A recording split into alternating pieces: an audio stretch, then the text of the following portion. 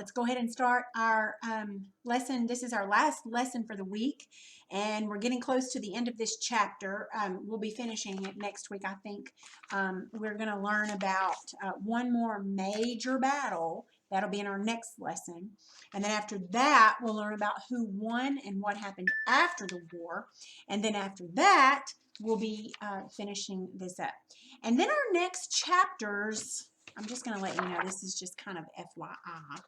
Our next chapters in the book are going to be all chapters 12 through 17 is all about the United States geography. We're going to learn about all the different areas in the United States, okay? So you don't want to have to worry about dates and wars and battles and things such as that. Okay, so let's talk about life on the home front during World War II. Now, you probably remember, it hasn't been that long ago that we talked about life on the home front during World War I and how things changed. Remember, they had meatless and heatless and sweetless days. Remember, we made that cake, that wacky cake, because they didn't have, it was hard, you know, to come across eggs and milk and things like that. So we made it using what maybe they would have had or could have traded something for, maybe had a little money to buy. Now, so the same type of thing went on during World War II.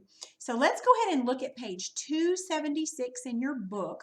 We have no work text page today. We do have a sort of an assignment, nothing that you have to do, but something I want you to keep an eye out for. But I'll tell you about that here in just a few minutes. All right, page 276, life on the home front, everyday life. Now, well, here we go. All right, we're going to be at the top of 276. While soldiers, sailors, airmen, Marines, and nurses worked to bring peace around the world, Americans at home adjusted to a different lifestyle. One of the biggest differences was in food selection. The government needed to be sure the armed forces were supplied, so it began to ration food and other items useful to the war effort. If you'll look at page 276, the word ration is a bold word kind of at the top. Okay? When an item is rationed, each person could only buy a certain amount of it. For example, no matter how much money someone had, the government might limit him to buying 5 pounds of sugar per month. Now, let me stop right there just for a second. With all this coronavirus stuff going on, we've seen rationing at Walmart and at Brookshire's. You can only buy a certain amount of, well, at first it was only a certain amount of eggs and it was a certain amount of this, certain amount of that. Now it's pretty well opened again, although the prices have gone up. There's a few things that still they won't let you buy very much of. Well, that kind of stuff was normal, like way, way normal back during the time of World War II. So, to deal with rationing, American cooks invented new recipes and meals. Meat was especially hard to get. To make small amounts last longer, meat was mixed with breadcrumbs. Cakes were made with only 1 egg instead of 5. Only people living on farms had easy access to more foods. So a lot of times if you had a farm during World War II, you had more stuff than a lot of even the rich people had, because you might have chickens that laid and you got a lot of eggs every week, whereas the people that were wealthy, even though they had a lot of money, they couldn't buy that many eggs or sugar or whatever it was. And maybe you had a lot, so you were in a better position. The war also affected entertainment. Many movies in the theaters opened with short films about the war.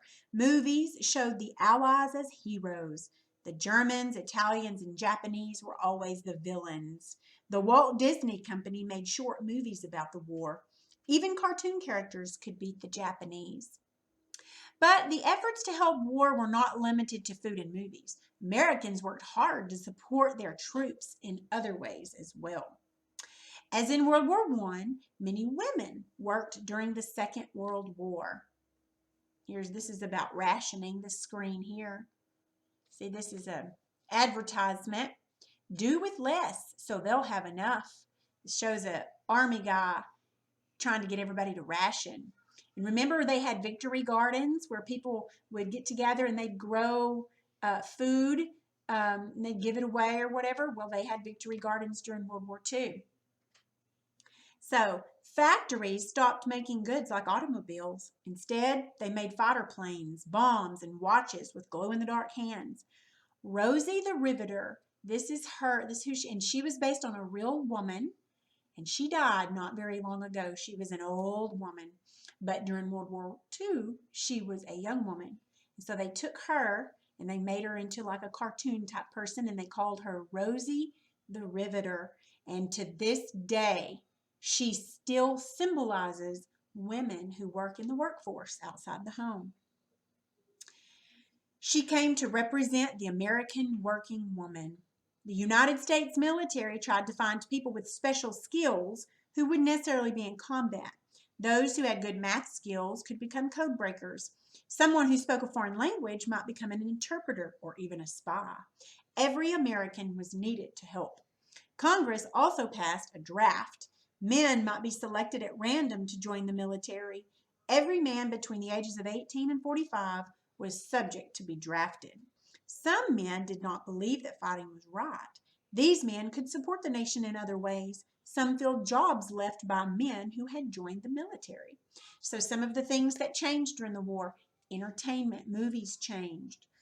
Working changed because now, again, just like World War I, women had to take the place of men.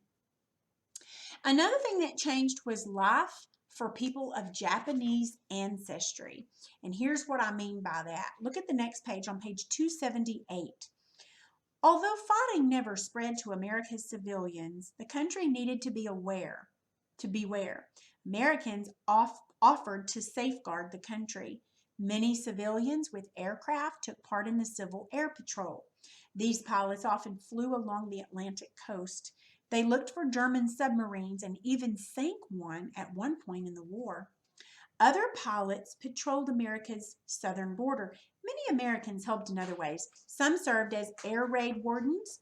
Others sold war bonds. School children supported the war effort by helping in their families' victory gardens and running scrap metal drives. Most Americans believed the United States was fighting to preserve freedom throughout the world, so they did support the fight. Now, another thing that did change was for Japanese people who had moved to the United States, and they were United States citizens, but their ancestors were of Japanese descent. Of course, not all Americans trusted each other. A few tried to help America's enemies. Others were suspected because of their family background. Now, there were some Japanese Americans who were spies. Many Americans were concerned about spies. Spies might share information with the enemy.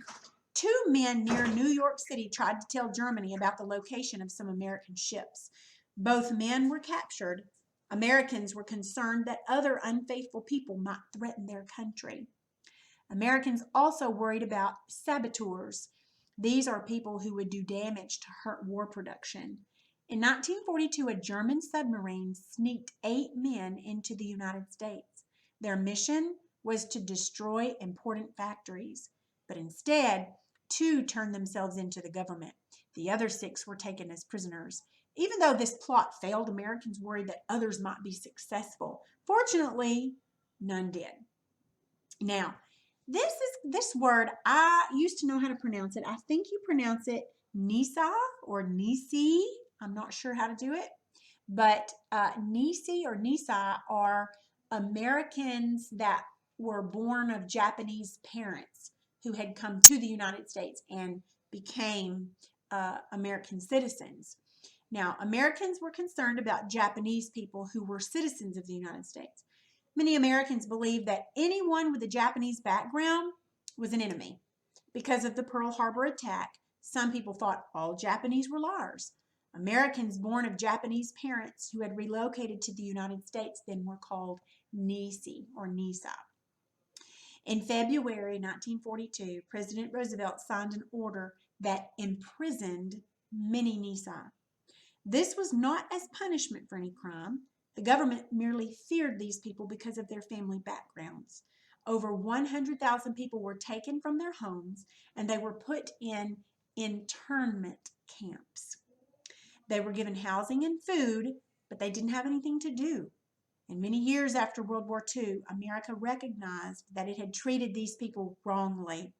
The government apologized to these people and their families. The United States said it was wrong to judge someone based on his family or his appearance.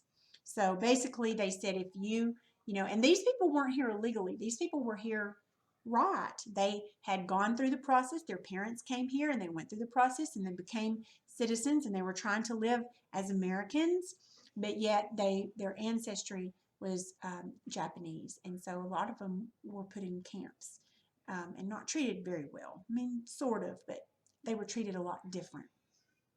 So that was not a good thing.